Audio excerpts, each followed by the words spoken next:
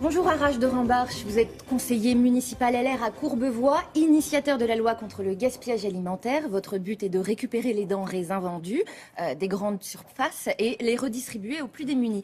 Vous avez démarré cette bataille en décembre 2014. De ce parcours du combattant est né un livre, Manifeste contre le gaspillage, publié aux éditions Fayard. Et vous voilà aujourd'hui consacré comme une des figures, un des héros discrets de l'année 2015 dans le journal La Croix. Alors dans le cadre de cette lutte ce soir, pour le réveillon, plusieurs actions sont mises en place. Quelles sont-elles ? D'abord, merci pour votre invitation, Madame Arfaoui. Des actions, on a des multiples ce soir. La Croix-Rouge française, Action contre la faim, les Restos du Cœur, le Secours catholique ou le Secours populaire, par exemple, font d'énormes manifestations ce soir. Je pense notamment dans les Hauts-de-Seine, je pense notamment dans tous les départements, les régions françaises. Il faut savoir que les Restos du Cœur, ce soir, et les banques alimentaires et les épiceries sociales sont ouvertes partout.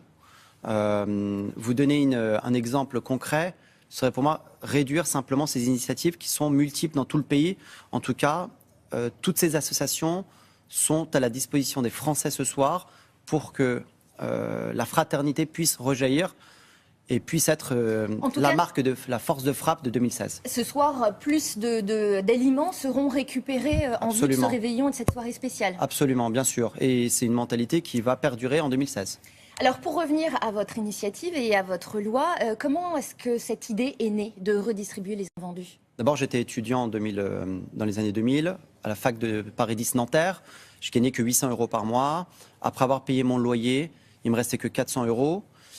J'ai pris en fait cette mauvaise énergie difficile, cette mauvaise expérience pour positiver. Je me suis fait élire à Courbevoie en 2014 et je me suis fait une promesse, c'est que les supermarchés ne pourraient plus jeter les invendus consommables dans une poubelle, alors qu'en face de ça... C'est un rêve d'enfant en fait ? C'est pas un rêve d'enfant, Madame Arfaoui, c'est pas un rêve d'avoir faim. C'est un peu une honte même. Mais en tout cas de récupérer et de donner. C'est un objectif politique. L'action politique, c'est de pouvoir atteindre la vie quotidienne des Français et de les aider au quotidien. L'objectif pour moi, c'est que les supermarchés ne puissent plus jeter leurs invendus consommables dans une poubelle, ce qui va être fait, ce qui a été voté le 9 décembre dernier à l'Assemblée nationale à l'unanimité. Et dorénavant, en face de ça, lorsque vous avez 10 à 15 millions de Français qui ne peuvent plus boucler leur fin de mois, il était incroyable de voir des supermarchés jeter des invendus dans les poubelles alors que des gens ont faim. Ça équivaut à combien ces invendus ? Vous récupérez combien à peu près ? Grosso modo, moi je récupérais à Courbevoie en moyenne 50 kilos de nourriture, ce qui était l'équivalent de 500 €. Et avec ça, 50 kilos par semaine, par jour ? Par soir. Par soir. Par soir. Et nous nourrissions 100 personnes. 50 personnes de la classe moyenne, puis on faisait des maraudes pour les SDF.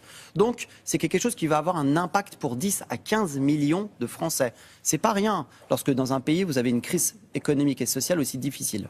Comment est-ce que c'est possible que dans un pays comme le nôtre, on puisse détruire la nourriture plutôt que de la donner ? C'est culturel, Madame Arfaoui. C'est culturel. Législatif peut-être ?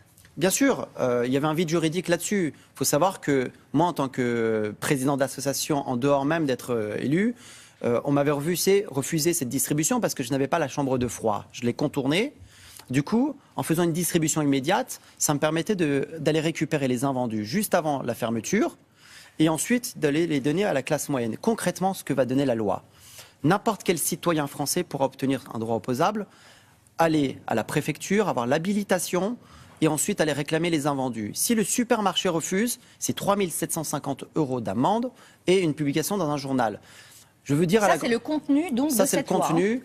Et je veux dire à la grande distribution, les supermarchés qui refuseront, nous les combattrons fermement. Les supermarchés qui nous aideront seront nos alliés et nous serons à côté de ces supermarchés-là.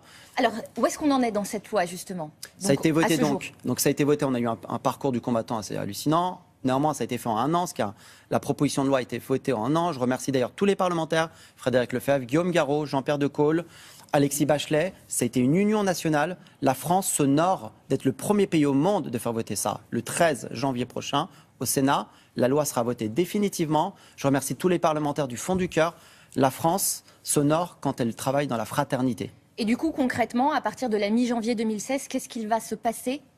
Alors, le 13 janvier, très probablement, sera voté à l'unanimité donc au Sénat cette PPL. Ensuite, nous attendons que le président de la République et le gouvernement promulguent la loi. Et la loi sera donc applicable pour tous les Français. N'importe quel Français de la métropole et des dom-toms pourront aller créer leur association et ensuite aller récupérer les invendus consommables. C'est une révolution dans notre pays. Petite question, le nom de Ségolène Royal a souvent été associé à cette loi. Est-ce que vous avez travaillé ensemble? Vous avez collaboré? Non, Madame Royal était déjà ministre en 92. J'avais 12 ans. William Lémergie était là et je le regardais. Mais Madame Royal était aussi ministre. Mais Madame Royal, concrètement, n'a jamais eu une action concrète. Je prends les Français à témoin. Qui retient une action concrète de Madame Royal? Elle nous a refusé 3 rendez-vous. Elle a dit qu'elle était occupée. Madame Royal a reculé sur le forage pétrolier, sur le gaz de schiste. Elle a reculé sur le diesel. Elle a reculé sur l'agroalimentaire. Elle a reculé sur l'huile de palme. Elle n'a donc rien à voir en tout cas. Non, mais c'est pas ça. C'est qu'à un moment donné, il faut une action concrète. On ne peut pas se présenter devant les électeurs et dire on a travaillé alors qu'en fait l'action est zéro. Non, nous on a fait une action concrète avec tous les bénévoles à qui je rends hommage, les bénévoles de Courbevoie, et il faut de l'action concrète. Merci beaucoup. Madame Arfaoui, permettez-moi juste de vous souhaiter une bonne année à tous les Français. Et je voudrais juste vous dire une chose, c'est que 2016 sera une année de la fraternité. C'est là-dessus qu'il faudra qu'on travaille tous ensemble. Eh bien, on l'espère. Merci beaucoup à vous d'être venus. Je rappelle Merci. que vous êtes auteur du manifeste contre le gaspillage publié aux éditions Fayard, dont tous les bénéfices sont redistribués à la Croix-Rouge. Je vous souhaite donc à tous une très belle soirée. Bonne année. Merci monsieur. Merci beaucoup Anissa. Bonne journée. À demain.